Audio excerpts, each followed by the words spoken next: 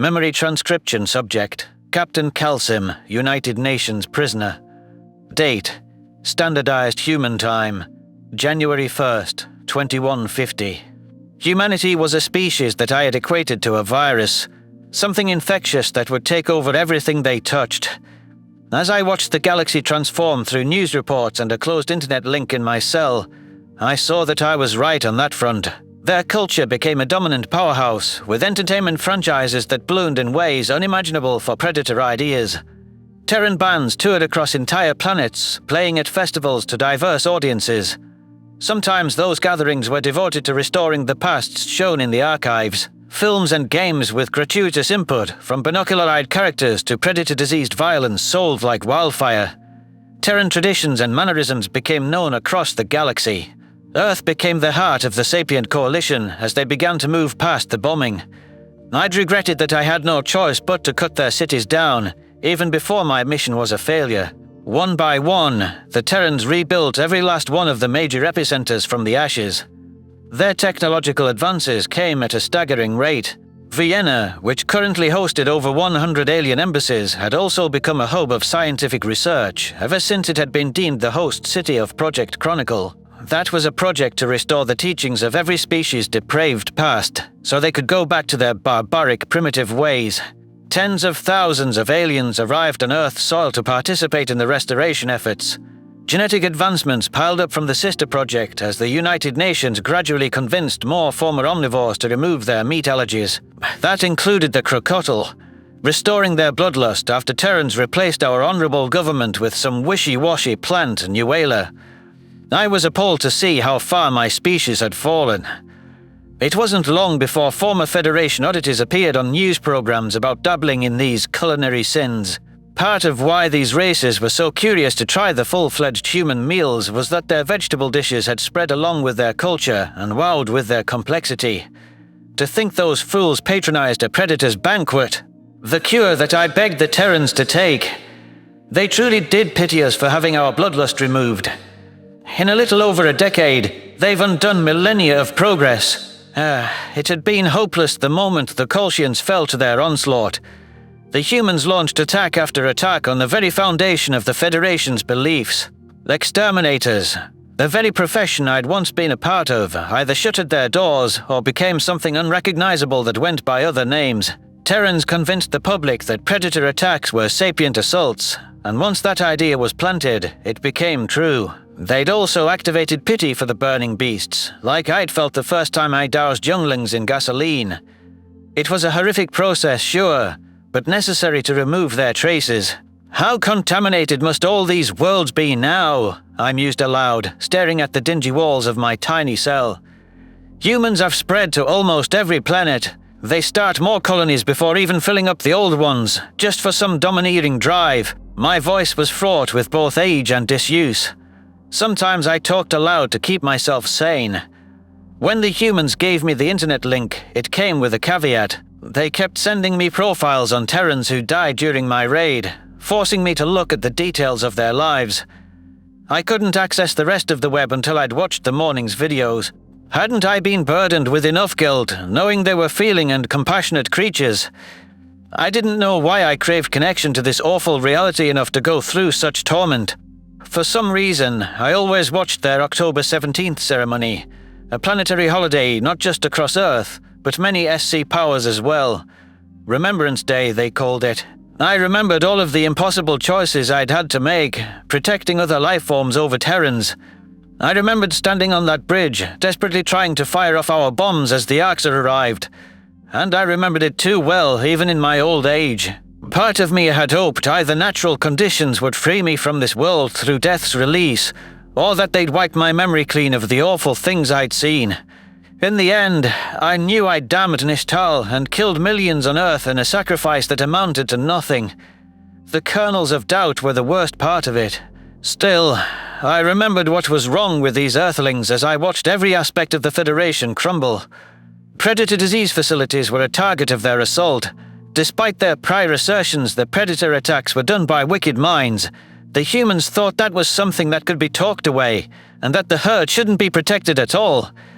I recalled how dangerous Jala had been, even with someone like me to control her. Those violent desires, coupled with a lack of empathy, could result in attacks if extraneous behaviors weren't stopped. Terran psychology bubble was one of their most outrageous takeovers. Nothing was sacrosanct. The humans fought to preserve wild predators that'd eat anything that crossed their jaws due to their warped view of ecology. It was a far cry from the doctrine of little predators becoming big predators and reproducing exponentially. Species like the Yotul didn't have the refinement to resist uncivilized nonsense. Those marsupials were among the first to welcome Terran attacks on all of these fronts. Governor Veln, who I'd had such high hopes for, became a non-committal flip-flopper who seemed to be altering Benlil society in crawling increments. He lost re-election by a landslide, and someone from Tava's corner was right back in power. I've seen all of our sacred beliefs attacked by humans, and how much damage they've done to the chance the Kulsians gave us to be civilized. I've watched them spread throughout the stars just like I feared, and I've seen they're never satisfied. They still plan to push further. Years of my life were spent in a waiting game for the eventuality that I'd promised to Arjun back when we held him hostage. Humanity's growth would lead to them building an empire off the backs of prey species, as predicted by their history. Without being gentled and saved from their innate sin, their bloodlust would lead them to temptations, and the atrocities would begin.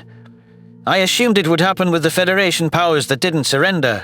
When the United Nations' mighty military sent out manpower to overthrow governments, starting with the Yolpa homeworld of Granelka, I assumed it was the beginning. My prophecies would be vindicated. These races, including their so-called friends, were weaker than them, playthings at best. With their foot soldiers back out on the prowl, they'd get a taste for killing and enslaving other cultures once more. They didn't have to play at docility for their survival. So what was to stop them from giving in to their true nature? What was to prevent them from taking what belonged to others for themselves, with their military now stronger than the fledgling force that still defeated the 1,000-year-old Kolshian Empire? There was no reason for them to restrain themselves, or to be able to restrain themselves. And yet, they did. Granelka and dozens of worlds that followed it had their leaders cut down with precision. And then they were rebuilt from the ground up. The humans took the time to create something new from their strike, setting up new agencies that were staffed by locals and wouldn't answer to the UN. With hostile powers under their crosshairs, the Terrans showed mercy. They wanted others to stand on their own as equals, a concept that violated the core of what being a predator meant. Humanity has spread everywhere and taken our systems just as I knew they would. Exponential growth, I chirped aloud. Yet more herbivore worlds haven't fallen. What happened to their inner violence, their phenomenal cruelty?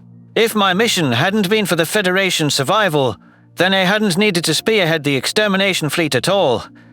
All I saw in humanity's ventures, whether through implied or outward motivations, was endless compassion, for the weak and vulnerable, for the herd anomalies, for those who'd sought forgiveness after grave insults, for those that didn't deserve their compassion. Just as that Terran judge had spared me, despite what I'd inflicted on his kind. I couldn't understand how it was possible, and yet their astounding empathy was all that I found. Predator volunteers rushed off to every world, working impossible hours daily for little compensation as cattle rescues overwhelmed local systems. Human scientists used their new genetic capabilities to scrutinize diseases, even ones that didn't affect their species at all. The United Nations were the cooler heads among the SC, staving off vengeful deeds. Earth was the sole party that actually processed asylum requests from Cage Talsk and spent inordinate amounts on ships capable of shrugging off the Kessler syndrome. War tribunals held in Vienna issued blanket pardons for all child soldiers, much to the outrage of their allies. Human civilians' ventures were delighted to strike up partnerships parallel to the government's close work with Lern, Skalga, Kolia, Koa, and countless others. Had humanity truly deserved to be purged from existence like a disease? Was this all just hatred over their appearance and their diet, like the pilot begging for his family's life had told me? After all this time, their hunger and bloodlust should have surfaced, with unequivocal proof of what they were. They had every opportunity to at least sate their hunger for power. They founded the largest faction in the galaxy. Hundreds of millions of aliens lived on Earth, and the cultural blending meant they would have to hide their instincts at all times. Someone was always watching, yet they never falter. What if they aren't masking their instincts at all? It had been a simple truth that predators killed by nature. But now, I wasn't so sure. When Selene interviewed me before my trial, I stood by my comparison of humanity to a virus. Their rejection of the cure was what led me to believe that their good side wasn't strong enough to salvage. I'd waited for them to conquer the rest of the galaxy, yet with the passing of time, I'd begun to understand that they already had. Not with guns, bombs or starship armadas, not with occupations or pillaging. The Terrans conquered the galaxy through compassion, a desire for friendship and healing that existed without any modifications to their predator coding. Perhaps they'd done horrific things to each other many years ago, but I could see that humans had become something else altogether.